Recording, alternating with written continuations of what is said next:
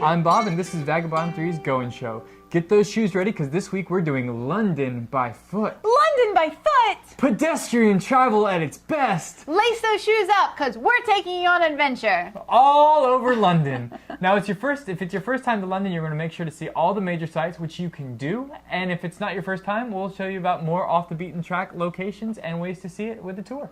Yeah, let's get started. I think the best way to see it is a guided tour.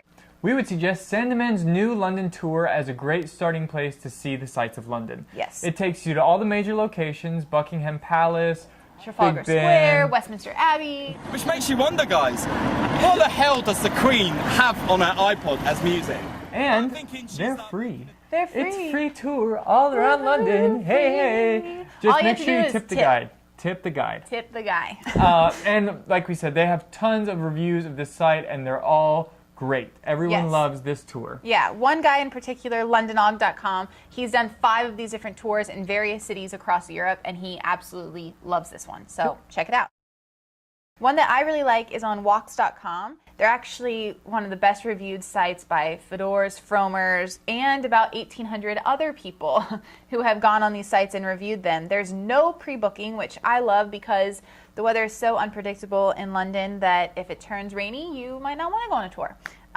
But even if you do, they're only £7, which is nothing. £7. Seriously. And they have really great ones. They have a Beatles, a Harry Potter, a general walking.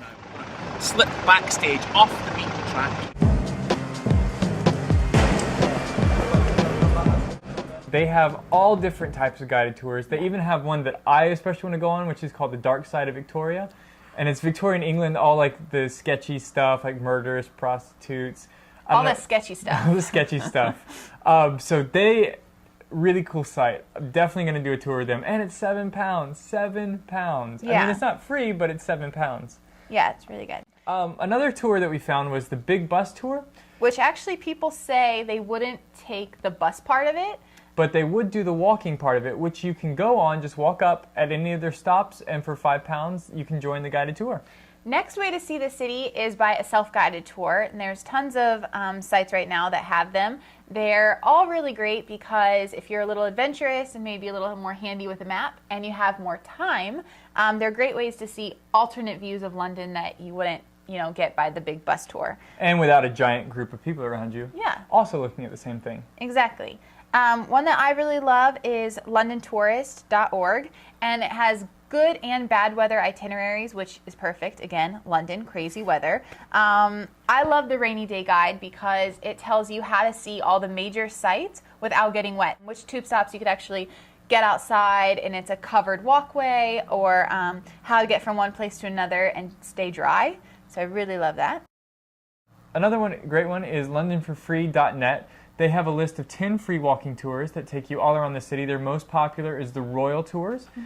The great thing about this site is they tell you not only how long the trip is, but what is the best time of day to go on the tour. Yeah, they also have little known facts too, so like the smallest alleyway, or where criminals were found and hung, or where Charles Dickens ate, which is pretty cool. And they have a bunch of different tours. They have a Jack the Ripper tour, like 1,000 other places, but they also have things like a bridges tour that takes you around the major bridges of London. Travelwithdindin.wordpress.com actually talks about his experience of not wanting a really tourist experience of London, but he actually happened upon the Tower Bridge and kind of made him realize why it was a tourist attraction, because it was really unique and beautiful to him too.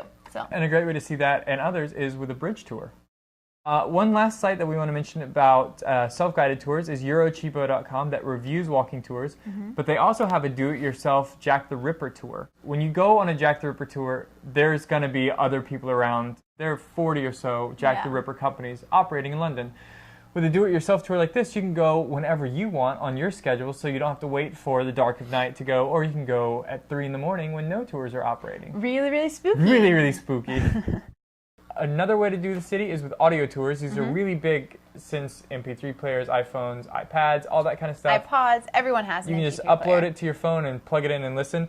A lot of these you should probably print out a map and bring it with you for help knowing where you are in the city. But they'll give you directions as you go. We found some really great ones. You really like SoundMap.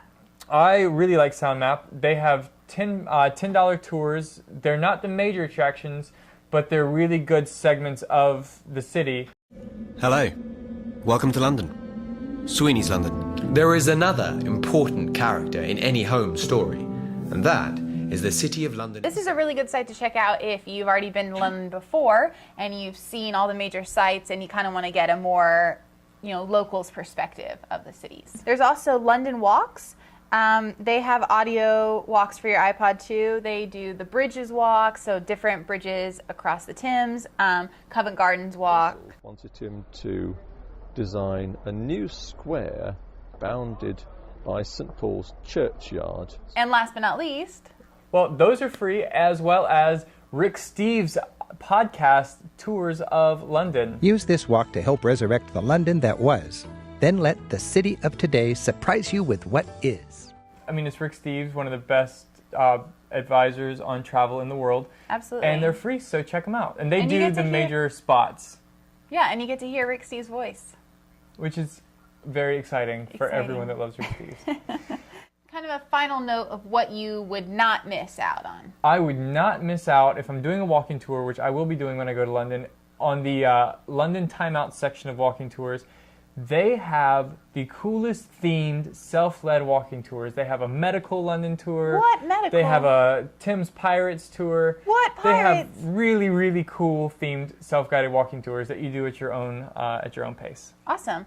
One that I wouldn't miss out on is walkit.com. It's really convenient because you can just type in where you are, where you want to go, how do you want to get there, the most direct route, less crowded, no pollution, and it's going to tell you each way on how to get there. It's just really exciting to kind of do it yourself.